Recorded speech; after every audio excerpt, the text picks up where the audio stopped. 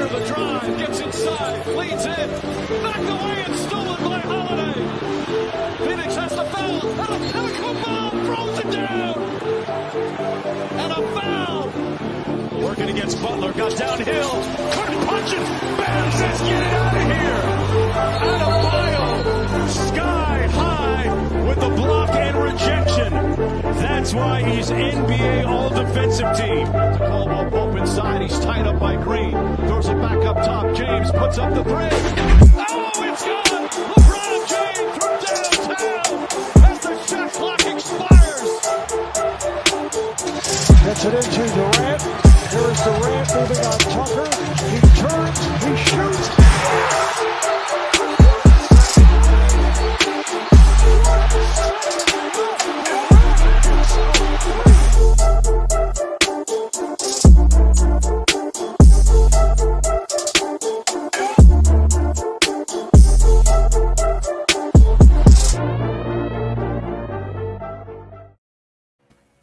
How's it going, everybody? Welcome to Deep from Three, as always, presented by the Athletes Hub. I'm Devin Withers. Today I'm alongside Isaiah Hanson. No Gary with us this time but that's all right. The show goes on, man. How are you doing? I'm doing okay. We got to do this for Gary. You know, he's had some technical issues. He wants to get it right. He said, I want to be 110% for the Deep from Take viewers. So he'll be back next week.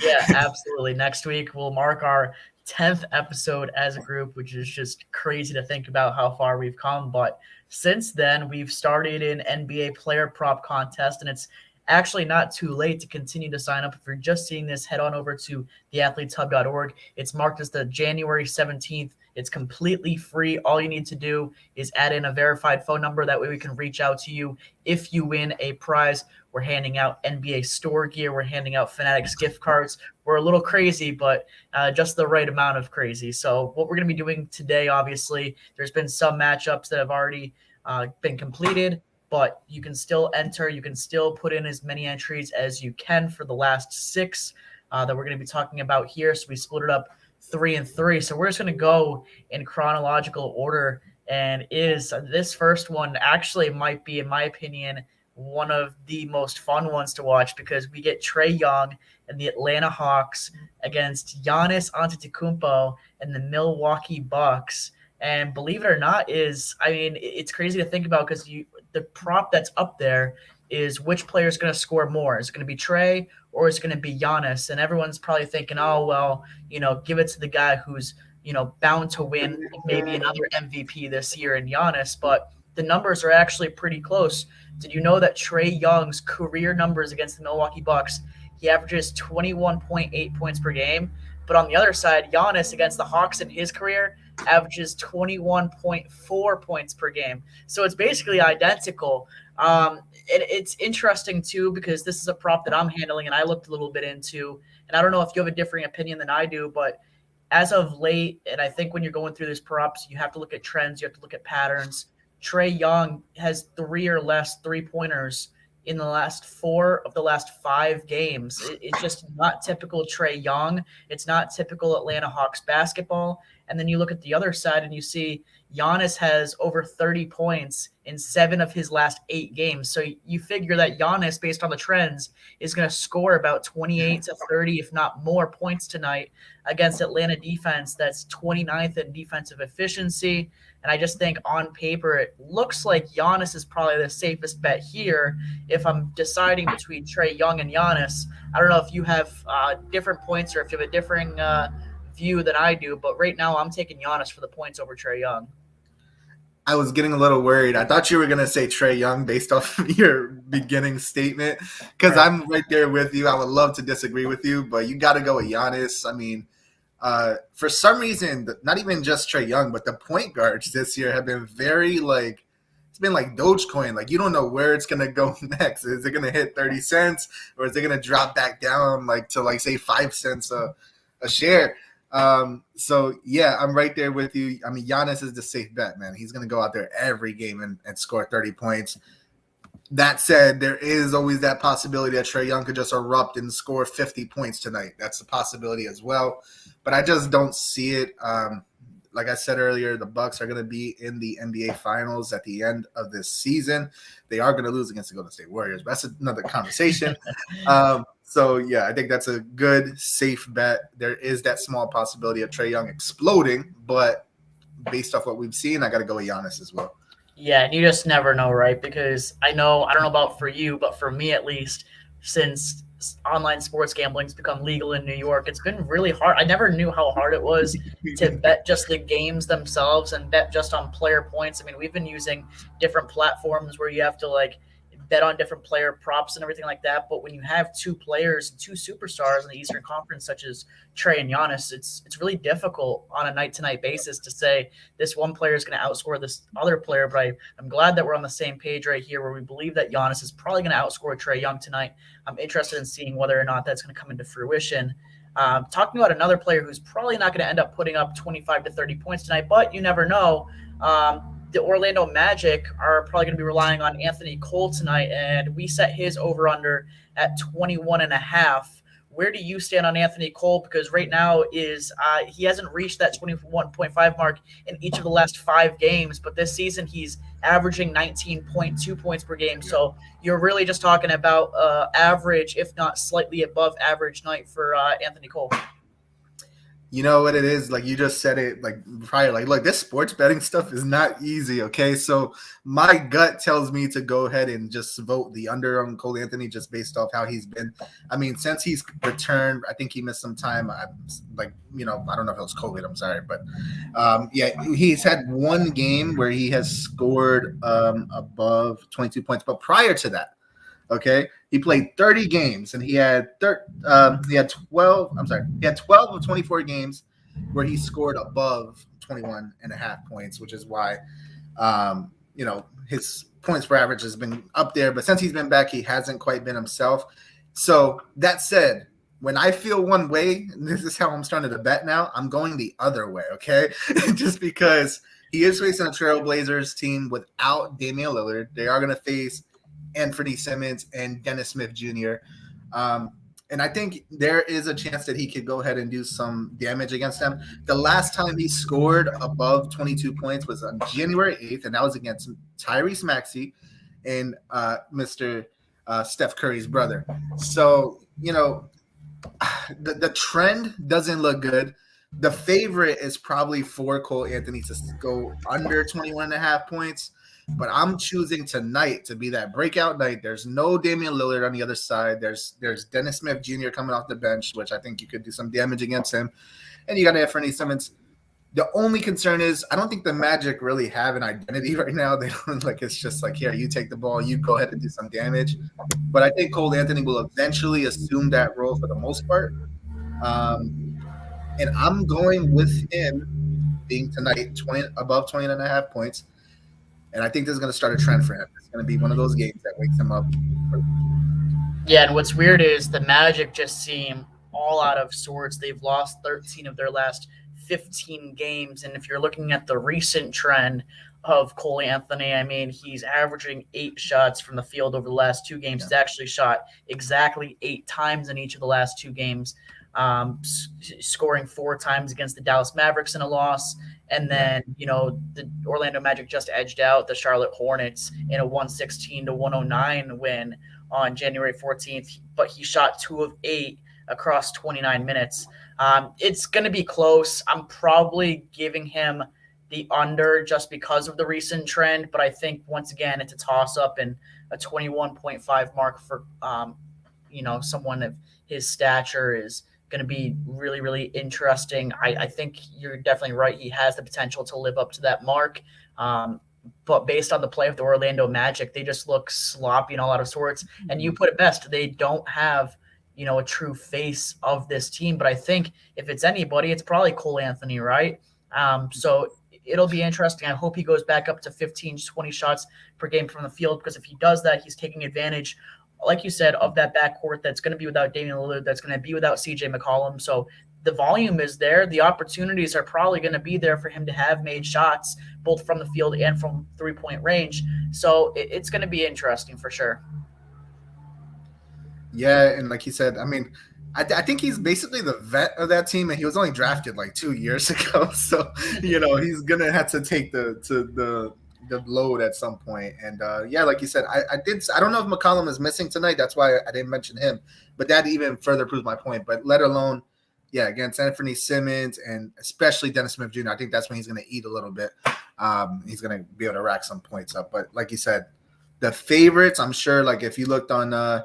If it was on FanDuel right now, it'll probably be against my vote, but I'm going with it. So. Yeah, absolutely. And everything that I'm reading right now just says that CJ McCollum is going to be questionable tonight. He's been out for a couple of weeks, obviously, with his rib injury. Him and his wife just had a newborn baby, so there's personal reasons for him to sit out as well. You never know. So it'll be interesting. But I think regardless, that 21.5 mark is really interesting.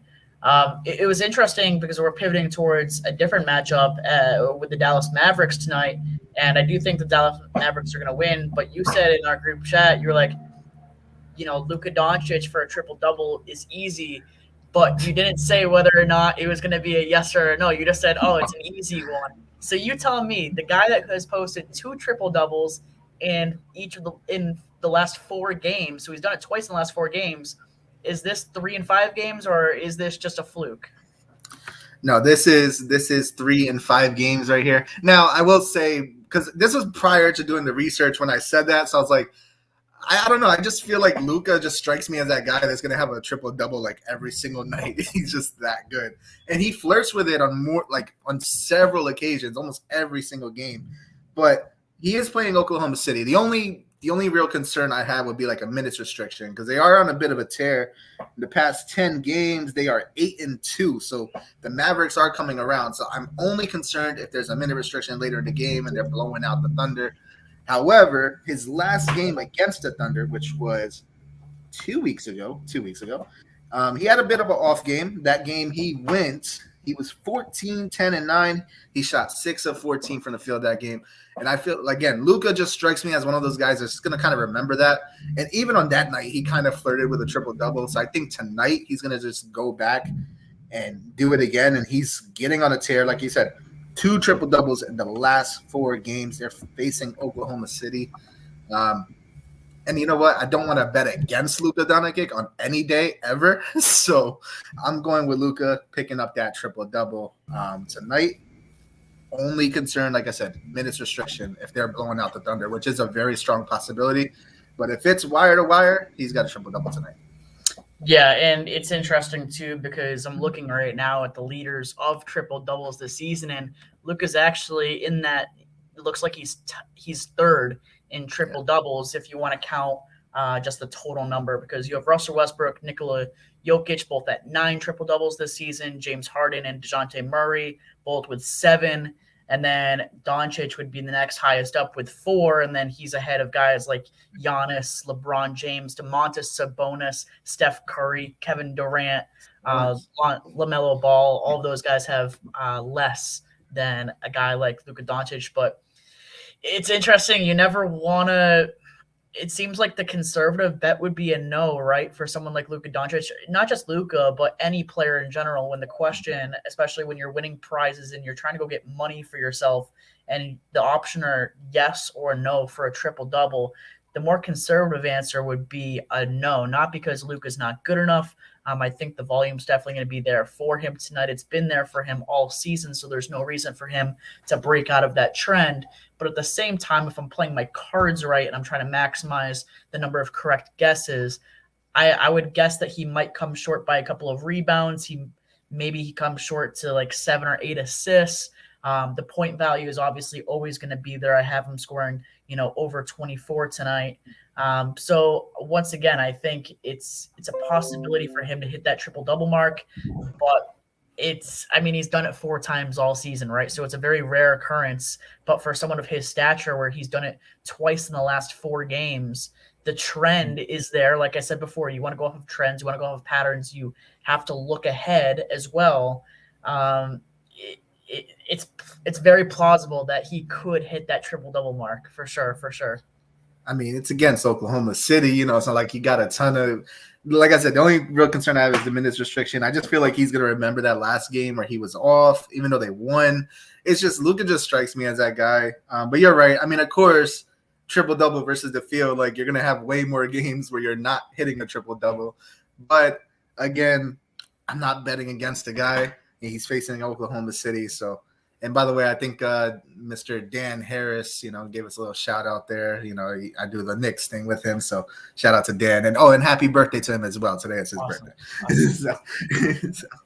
Yeah, and so this next prop that we went through and we came up with together was really interesting because it's the only one where we're doing it like this, and it's whether or not Chris Paul and Devin Booker are going to combine for 50 points tonight. I believe they play the San Antonio Spurs. I'm looking at it right now. Yeah, they play the Spurs on the road. The Spurs are 16-27.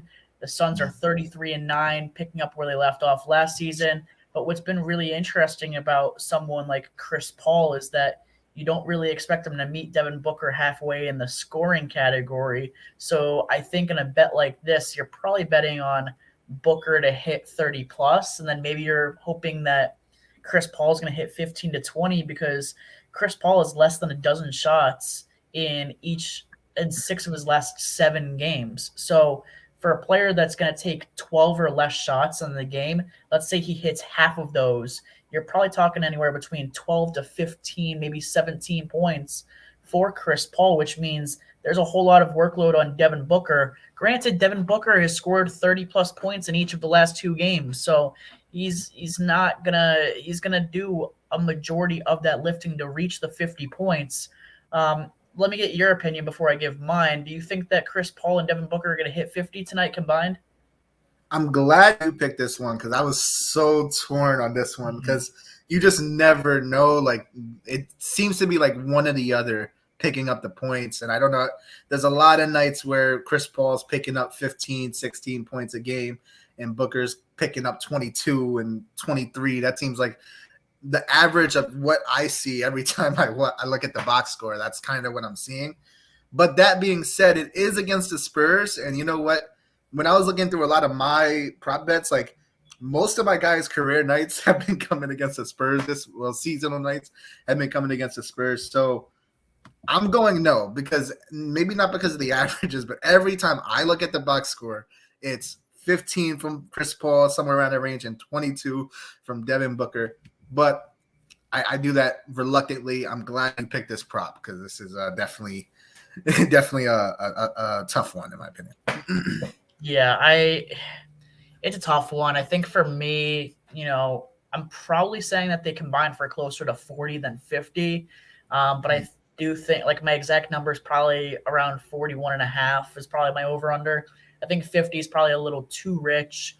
Yeah. There was nothing in my research that told me that San Antonio was going to give up, a huge game to either Booker or Chris Paul in the scoring category. They're around the league average when it comes to defensive efficiency. They're, around the league average when it comes to playing against the 3-point shot. So it's not like they're giving up a whole lot of threes, but it's also not like they're elite against the three. They're below the league average or they're above the league average when it comes to defending the point guard position. So it probably tells you that Chris Paul is going to have a little bit of a smaller night. So I have Chris Paul probably getting around 15, 16 points, which means now you're demanding about 35 out of Devin Booker just to get close to that mark. And obviously a 40-point game from Booker would be huge for anyone betting on the over for 50 points between those two players. So I think that I'm probably going under on this one. So just to recap for the most part for me to this point, I'm probably going for Giannis tonight. I'm probably going under on Cole Anthony. We're gonna talk about Fred VanVleet versus Tyler Hero in a second. I have no for Luka, and then I have lower than 50. So I'm a little pessimistic about some of the scoring opportunities, but that's I don't know whether that's a coincidence or not. But let's definitely hope that some of these hit on the over because obviously that just makes for good basketball. Yes, absolutely. I mean, I get it. I get the no's coming from you because it's like, you want to go with the safe bet, but I'm just looking because, normally I would go with the safe bet and I'm wrong. So I'm going the opposite now. Yeah, you're going against I learned my lesson. Yeah, absolutely. And we almost skipped over this one because I'm looking at my notes on this left side. But Fred VanVleet is one of my favorite players to bet on. I've talked about him on this show, maybe a dozen times to this point. And I've told you on the side too. I said Fred VanVleet, anytime that he plays basketball, always bet on the over because his line is always around 22.5. And I looked the other night and it was also 22.5, which is crazy. And I believe tonight it's also 22.5. So him against Tyler Hero, who scored, 20 or more points in 3 of the last 4 games, it's going to be a contest. So who do you have? Do you have Fred VanVleet, the guarantee, or do you got Tyler Hero, the guy with probably more upside, I would say? Look, I've listened to your lessons and your teachings over the past 3 weeks of me becoming a shameless sports gambler now. Okay. And I am going to stick with Mr. Fred VanVleet, though I was trying to come up with an argument for Tyler Hero for our friend Gary, because I'm pretty sure, it would just put a little smile on his face. He's a Tyler Hero guy. Right. But there's no real argument I can make. Not to mention, I got Dev telling me bet the over on Vev. Do not bet against this man. And he's been right on more than one occasion. So since December 31st, Fred VanVleet has had 5 30-point games. His worst game was 17, and that was yesterday. Okay, that was he had a rougher game. It was against the Bucks, and that might spell some trouble for some of our other picks earlier because the Bucks are a really good defensive team. Tyler Hero, you mentioned, he's only had 3 20-point games since December 28th. Okay, and he's only had 2 above 30 since the 28th. Not to mention, Butler is not on the IL. If Butler was on the IL and was missing tonight's game, I mean, based off what I've seen, he's at least questionable if he is going to be there. It's hard for me to vote for Tyler Hero just because the Heat is in the same way. Like, of course, their identity runs through Jimmy Butler, but after that, it's kind of a toss-up of who's going to get the most points. While on the other side, I just feel like Fred VanVleet's going to kind of bounce back. He had a off game, I guess you could say, when he had 17 points yesterday. So for really, mainly Dev's teaching is my number one reason to go with Fred VanVleet. And then the other thing is just the track record. I mean, Fred VanVleet is outscoring Tyler Hero on most nights, even though they're not playing against each other. And I'm going to go with that one. I'm thinking not only do I think he's going to go in with Kyle Lowry missing the game tonight, I think VanVleet's going to go for 30. He might even double what Tyler Hero gets tonight. Yikes, that's a hot take right there, especially that last part. I agree with you. I agree with you, I should say. I don't think it's as clear-cut just because, so here's the thing. With the exception of last game, Tyler Hero has shot the ball 16 or more times in each of the previous 8 games. But the thing is, with Fred VanVleet, he shot the ball 16 or more times in each of the last 11 games. So you got to figure both of these guys are going to take at least 16 shots, right? So really what it comes down to is who's going to hit their shots, you know what I mean? And on any given night, like we said at the beginning of this, it's really, a toss-up between those two players. I don't think Fred VanVleet's going to double whatever Tyler Hero does, as much as I love Fred VanVleet. But Fred VanVleet has the edge because Tyler Hero hasn't really had a standout performance against the Raptors in the past. He's a younger player and obviously a little less experienced than someone like Fred VanVleet. But Fred VanVleet has scored 24 or more points in each of his last 3 matchups against the Miami Heat. So you got to figure that the line is probably somewhere around 24 to 26 for Fred VanVleet, and it's probably closer to about 20 to 22 for someone like Tyler Hero. But once again, shooting from deep and, getting a hot hand in the first half can completely change that narrative. So I like where you're going with it. I like Fred VanVleet in this specific matchup. I don't think that's a surprise to you or anybody else that follows this. But I think it's going to be close. I think that's another game that we're going to have to watch and we're going to have to pay attention to because those are 2 really exciting players when they have the ball in their hands. Yeah, and look, and Hero's another one of those guys who could probably just erupt and go for a 35-point game. It's just I haven't really seen much evidence of that other than my belief. Like, don't get me wrong. I'm not trying to completely down Tyler Hero. I think he has a really bright future. I mean, if I was starting a team between the two, I feel like I'm going with Tyler Hero, and it's not really a question. But just for now, and how the Miami Heat is constructed and his performances, and if Butler was missing tonight, and if Butler somehow doesn't play tonight, then I might change my opinion completely and go with Tyler Hero above Fred VanVleet. But with Butler there, Hero seems to be coming off the bench a lot of times. So I think I'm going to go with Fred VanVleet for sure. Yeah, what's interesting as we wrap up this specific prop is I'm looking at it right now. With the exception of the last game, Fred VanVleet has shot the ball from 3-point range over 10 times in each of the previous looks, like 1, 2, 3, 4, 5, 6, 7, 8, 9, 10 straight games. This guy has shot the ball from 3-point range. Just attempts, pure attempts. So obviously the volume is going to be there. I'm looking at it for Tyler Hero, and he's done that twice in each of the last 10 games. So, I mean, you're counting on, if you're betting on Tyler Hero, is that he's going to be able to drive, or he's going to be able to, hit his perimeter shots. And that's going to make up for the fact that Fred VanVleet might miss a few shots from 3-point range. But if you're betting on Fred VanVleet, you're pretty much just betting on him hitting a third of his shots. And, if he makes 3 out of 10, that's 9 points right there. Whereas someone like Tyler Hero is going to have to go make 4 or 5 shots from the perimeter just to, offset that as well. So I think we're on the same page right there. Fred VanVleet is the guy to run with that specific bet. And I'm really interested to see how many of these we get right. You know what I mean? Yeah, and I just want to really quickly say, Gary, if you're watching, I still got the Heat above the Raptors tonight. It's just VanVleet is outscoring Hero, okay? So don't get too mad at me, man. Oh, man.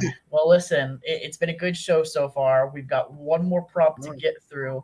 And like I said, anyone who's watching this right now should definitely go into theathletehub.org. We want you to have your chance to win free prizes. We're giving prizes away. There's no cost to enter. There's no sign-up sheet. There's no form to fill out. There's no login or anything. You just put in a verified number so we can reach out to you. That's all we need. And we're not spamming you with text messages. We're not spamming you with the new offers, anything crazy like that. It's a one-time deal only. And if we're successful, we're going to hold, more contests. This has been great setting up so far. It's been great executing it with people like Gary and Isaiah and the rest of the team at the Athletes Hub. And everyone over at Play Pickup should definitely check them out as well, because they've been a huge partner for us. And we're going to get to this last prop, which I'm sure is going to make my blood boil. I never want to find an excuse to talk about my sorry excuse for a Los Angeles Lakers game. But it's the final prop. The Los Angeles Lakers host the Utah Jazz tonight. So before I even get on my rant, just pull off the Band-Aid. Who do you have just winning tonight? Money line. You got money in your hands. You're up to the casino and you say, I'm putting my money down on. I wanted to look for every reason because I feel like I know where you're going to go with this. And I always want to just go the opposite from what you're doing. And I want to really go against it. But I got the Utah Jazz winning tonight, okay? Unless Donovan Mitchell is missing tonight, which I don't believe he is based off what I'm seeing. I think he's gonna be good. I mean, the Lakers have just been a wild card. Now, this is a really hard one to bet on, to be honest, though. I think a lot of people are probably gonna go Utah Jazz and kind of call it like a landslide of some sort. But this one is really, the Lakers are their record. They're 21-22. Like, they could win tonight and lose tomorrow. Anytime you have LeBron James and Russell Westbrook. But I am going with the Utah Jazz. They're just built to win. And I think the last time they played against each other, they did beat the Lakers as well. The Lakers have had a hard time beating good teams this year. Most of their wins have come against teams under 500. And I hate to pour it on Dev because he's going through it right now. There was a game last night, a football game, with a certain team that he really liked. All right. Their logo is like the same color as his T-shirt, but I'm not going to mention their name. I do not want to rain on his parade. It's snowing outside. We live in New York, so we're not going to do the rain, okay? We're not going to do the rain. Besides, I'm a Jets fan, so if that makes you feel any better. Yeah. but I'll tell you what. Anyway, no, moving on. Yes, I'm going with the Utah Jazz over the Lakers. I feel like a lot of people, like I said, not a landslide because you got LeBron James anytime. Betting against him, it's like betting against any of these guys, like betting against the Bucks. But what reason do I have to go with the Lakers above the Utah Jazz? What evidence? I wish I could give you a reason. I wish I had a single reason, because as a Lakers fan, obviously I want my bias to be that the Lakers are going to win tonight. They're playing, on their home court. They have LeBron James. They have Russell Westbrook. They're mostly healthy with the exception of Anthony Davis, obviously. So, I mean, without one piece, you would think a team of this caliber is a playoff team. You would think that they're going to be a force in the West. I've told you, I don't think this team's going to avoid – I think this team's going to lose playing in the play-in tournament. I really have no faith in this team. And as of late, where they're riding a 3-game losing streak and they have allowed over 125 points a game during that 3-game losing game stretch, it's absolutely like there's no – I don't even know if I want to watch that game tonight. I'm going to, but I don't want to watch it. It's going to be against my will. I want to make that very clear, because the Utah Jazz are just better at everything than the Lakers are. And when we started this whole entire thing, you remember we came out with predictions before the season started, and we said who's going to represent the East, who's going to represent the West. I had the Utah Jazz winning this whole entire thing before the season even started. And right now they are the 12th best scoring defense. They're the second best rebounding team. And lo and behold, this is the best scoring team in the NBA, whereas the Lakers are 27th in scoring defense. So you're putting the highest scoring team against one of the worst scoring defenses. I can't think of a single reason why the Utah Jazz should lose this game. Now, am I trying to jinx everything and I'm trying to get a Lakers win out of this? Potentially. We will see tonight. But at the same time, LeBron James at this age and at this stage in his career, as much as we don't want to admit it, he's just not capable of handling teams as good as the Jazz. They lost to the Nuggets the other night. The Nuggets are a very good team. They lost to OKC the other night. OKC's a decent team. They lost, whoever you want to put in the mix. There's always going to be guys, and there's always going to be more complete rosters that we're going to say, oh, well, LeBron James can't carry over Where's Russell Westbrook? I say every time I watch Russell Westbrook play basketball, the ball is going over the backboard. This man and his perimeter shot, it's bad. It's bad. It's just he might be the new he might be the Kyle Kuzma of the West. Wow. He really might be at this point.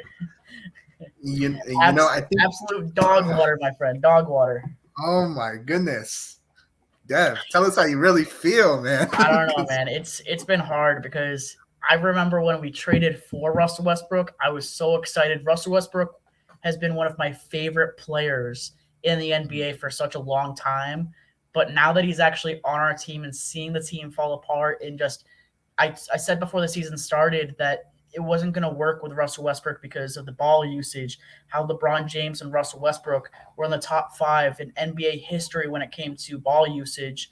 And the team has lost face value on who's the primary ball handler, because Russell Westbrook's not a guy who's going to play off the ball. LeBron James is an opportunity maker, but he's an opportunity maker with the ball in his hands. So it's interesting to see what's going to happen in the second half of the season, what's going to happen towards the trade deadline, because the Lakers are missing 3-point shooting. The Lakers are missing rebounding. The Lakers are missing defense, especially against the 3-point shot, and teams are just running over them left and right. And I don't feel bad for them for 1 second. I hope that we make a big move somewhere, because they definitely need it to have any chance of getting by the play-in tournament this year. I'll tell you what, you don't feel bad for them, but I feel bad for them. You know why? You got Carmelo Anthony on the team, okay? So I am rooting for the Lakers more than you know. I just have no reason to make an argument for them to win. But no lie, I mean, the only reason why I might be rooting for the Warriors more just because I predicted it early on. However, the Knicks, of course, number one, they're not doing anything, right? Let's be honest. The Lakers are my second option. I want Melo to get his ring. And by the way, I want Westbrook to get a ring too, okay? I know that right now he's not looking good in the public, but Westbrook has for years been just one of the most hardest playing NBA players. And he's been able to defer. You see him playing with LeBron. I don't think he quite knows how to play with LeBron, it seems like. but you do see him trying to do what's best for the team at times. He's just a blooper kind of waiting to happen, but then the rest of the time he's just doing really well. We could honestly do an Athletes Hub special, a 1 hour long podcast talking about just the Lakers and their beginning to end the season that it's been. But I don't want to completely rain on Westbrook. People talking to trade him and all that stuff. I mean, unless you get like a really good 3-point shooter, yeah, you might have to consider it. But I don't think you trade Westbrook. I think you ride with this team. There is still no reason. Like we said early on, okay, a lot of times we get caught in the moment and we see how things are going. It can flip at any moment, okay? When Anthony Davis comes back, 3 top – I mean, I don't know if Westbrook's a top 10 player anymore, but, he's somewhere up there. He's hovering around the top 10 area. And then you have two top 5 players. Anthony Davis should be a top 5 player. And LeBron is probably still the best in, top 3 right now. So it can flip at any moment. But it ain't going to be tonight. The Utah Jazz are going to win. So. Yeah, I don't know. I mean, it's interesting because, like you said, in any moment things can flip. It's been a long moment if we're talking about moments for the Los Angeles Lakers this season at least. And what's crazy is Russell Westbrook obviously leads the league in turnovers, 185 to this point, which is astronomical. I mean, when you have, the next highest player, James Harden, still has 10 less turnovers than you. And we all know what a turnover machine James Harden is in the moment. That's just the kind of players those guys are. But at the same time, Russell Westbrook, the 7th worst plus minus in the NBA, minus 51. Notable names ahead of him, Josh Giddey, Cade Cunningham, De'Aaron Fox, all good players. But at the same time, you could make the argument that these guys haven't been playing at a very, very high level. And I mean, your boy Julius Randle is only 2 spots ahead of Russell Westbrook when it comes to the biggest plus minus in the NBA right now. And you of all people know that this hasn't been Julius Randle's best year. So it's very comparable with those 2 players. But once again, tying it all back to tonight, I don't see this being relatively close, regardless of the Lakers having home court advantage. And it seemed like last time I saw LeBron James was questionable with an abdomen injury. It seems like he was leaning towards playing. But if that's the case and he is active tonight, they're not going to give him 35 to 40 minutes tonight, I don't think. I think they'll limit to him to closer to 30 to 35. Depending on how the first half goes, if things get out of hand, no reason to, waste a superstar talent on a meaningless regular season game this early on. But at the same time, like I said, this is going to be interesting. The Lakers are getting tested once again by a very good team. I might argue the best team in the Western Conference. And I don't hate the argument. I don't agree with it, but yeah. So it's going to be interesting, but I think that we're on the same page once again for that game too. So anybody that is tuning in, I believe we agreed on the Jazz Lakers one. We were on different pages from the Luka one. It seemed like, are you for or against the CP3 and Booker one for 50? Are you below? I'm going under. So we're good. So we're agreeing. We're both on Fred VanVleet. It seemed like you're going over for Cole Anthony tonight, is what it sounds like. Yes. And then are we both going Trey, or we're both going Giannis tonight? Yeah, unfortunately, man, that's no fun. I want to disagree with you a lot more today. that was interesting, man. I mean, listen, we know how capable Trey Young is to put up those 3-point shots, but I mean, he just hasn't been hitting as of lately. I actually made a risky bet a couple of days ago. It was just a private bet on Trey Young being like below 41.5 for points, rebounds, assists. And I thought it was crazy in the moment because I was tailing somebody else's prop.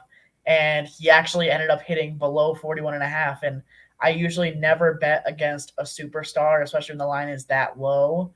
But, I mean, maybe the league is a lot different this year than it is last year. I mean, last year, the league was run in the Eastern Conference by teams like the Atlanta Hawks and the New York Knicks. And in the West, it was the Los Angeles Lakers and the Los Angeles Clippers.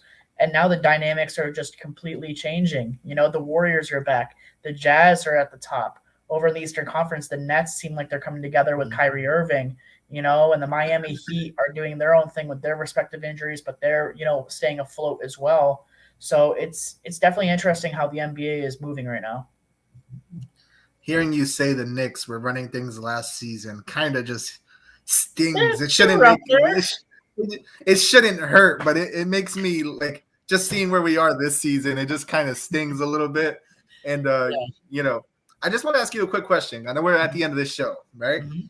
Early on, one of our first podcasts we did, there was some article that we completely bashed. They had the Lakers finishing at the 9th seed. Mm-hmm. What do you think about that now? I just want to quick take, obviously, but were they right the whole entire time is what you were saying? Maybe they knew something. Yeah, that I was against it too. Yeah, that's an interesting question. Like I said, I think the Lakers are going to make the playoffs. I think the Lakers are going to be in the playoff or the play-in tournament, I should say. Right now, they're the 8th seed with a 21-22 record. They're tied with the Minnesota Timberwolves. They're, right ahead of the Los Angeles Clippers.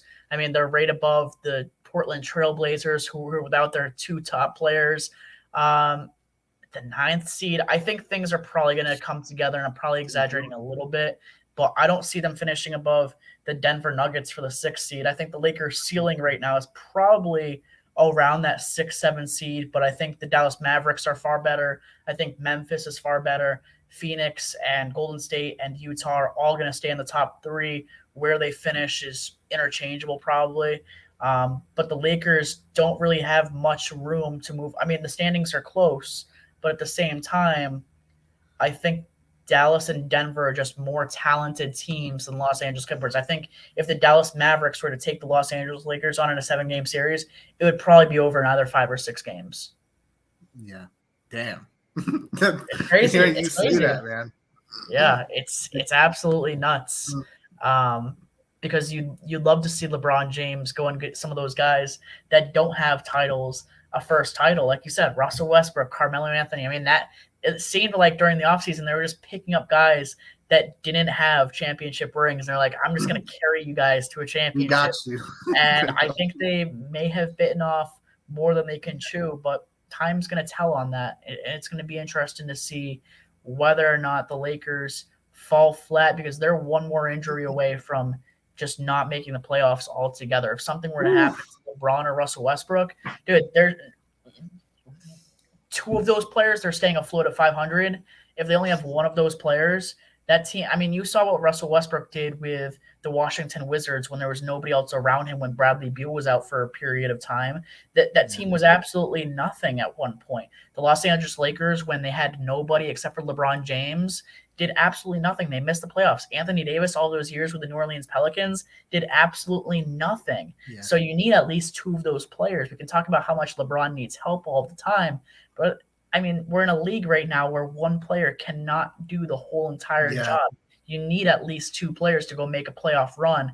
The Los Angeles Lakers, though, the 2 players they have on the court just don't complement each other's games very well. Man, and then let's. I'm glad to hear you say that. Not one guy can carry any team, because LeBron is one of the most picked on players in NBA history. You're expecting him to win every game, but he can't do much more than what he's doing. I think he's averaging at least in some stretch of games, 30 points a game, darn near triple double, and the dude's in his 19th season, right? So, man, this is a. I just wanted to hear you say it, but I agree. Yeah. It's not so far fetched anymore, that 9th seed. But I still don't agree with it. But it's just what a thought. It was just perception. And that's why I also say that it could flip at any point, because it wasn't that long ago where we were like, look, they're going to figure it out. There's probably going to be a rough stretch. This could just be that rough stretch. So if Anthony Davis comes back, it could work out. But the odds aren't looking good. And it's interesting. Like you said, LeBron's putting in a lot more weight this season in terms of how much he's had to carry this team. His minutes per game, 36.7, is the highest since 2016 so far. And his 28.9 points per game are the highest since all the way back, it looks like, in 2009.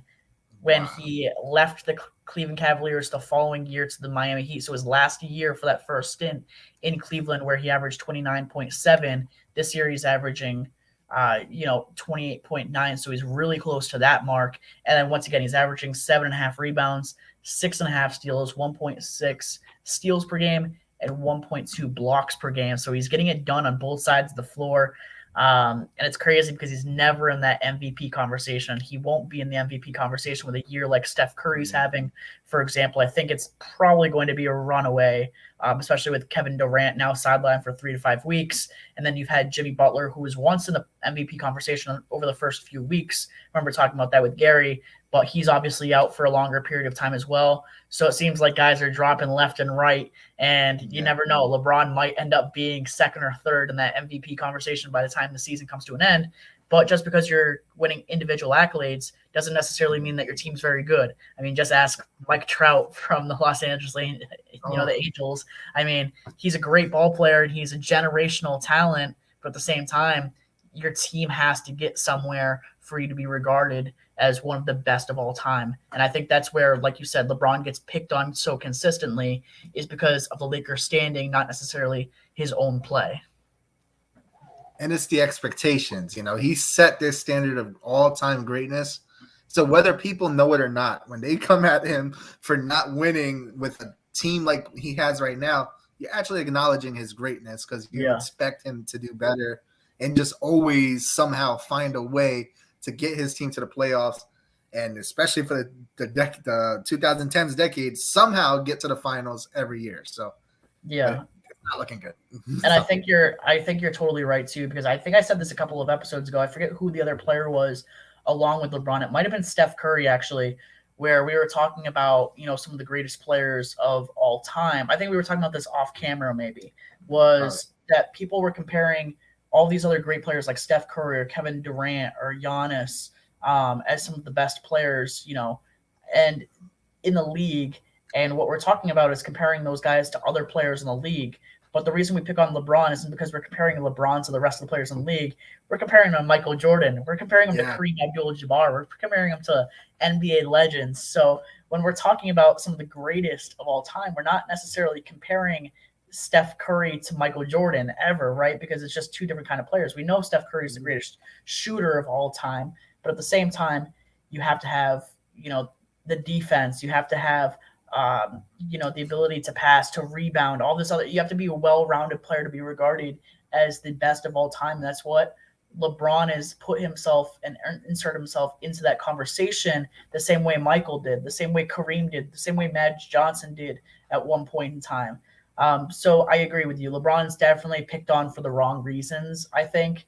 The Lakers are going to be able to find their way, and they're probably going to end up finishing the season above 500, sneaking their way into the play-in tournament. Whether or not they make it out of that play-in tournament, I don't love their chances against some of those teams. If you're facing Portland and Damian Lillard is healthy in the play-in tournament, you're facing Minnesota with a healthy Cat. You're playing, the Los Angeles Clippers, and like I said last episode, I think it was, with Kawhi Leonard potentially coming back for the playoffs. Those are not teams that you want to play in that play-in tournament. That is a dangerous, dangerous game you're playing. So it'll be interesting to see how well this team can gel together when LeBron, Anthony Davis, and Russell Westbrook are all back on the floor at the same time. Yeah, man. I mean, I think you summed it up well, though. I still think the Lakers could beat the Clippers, just for the sake of my argument last week. So, but other than that, we're in agreement. By the way, I think they could beat Minnesota. Anyway, that's another discussion. So. Yeah. But listen, this has been, we did it. It was a 2-man job, but we got it done. The 9th episode is now in the books. I don't know why, but I'm just really excited already for episode 10. I feel like it's going to be a big episode with us. Every single week we're here at 4 p.m. Eastern Standard Time. So if you guys are into the NBA, if you guys want to get involved in these contests, you guys want to voice your opinion, be sure to check us out every single week. If you want to check out some of our NBA content, some of our betting content as well that we've been recently getting into, make sure you're checking out theathleteshub.org. Huge shout out to everybody that's writing with us, sticking with us, to our readers, to our partners, everybody down the line. So with that being said, we'll see you guys next week and have a good one. Take care, guys.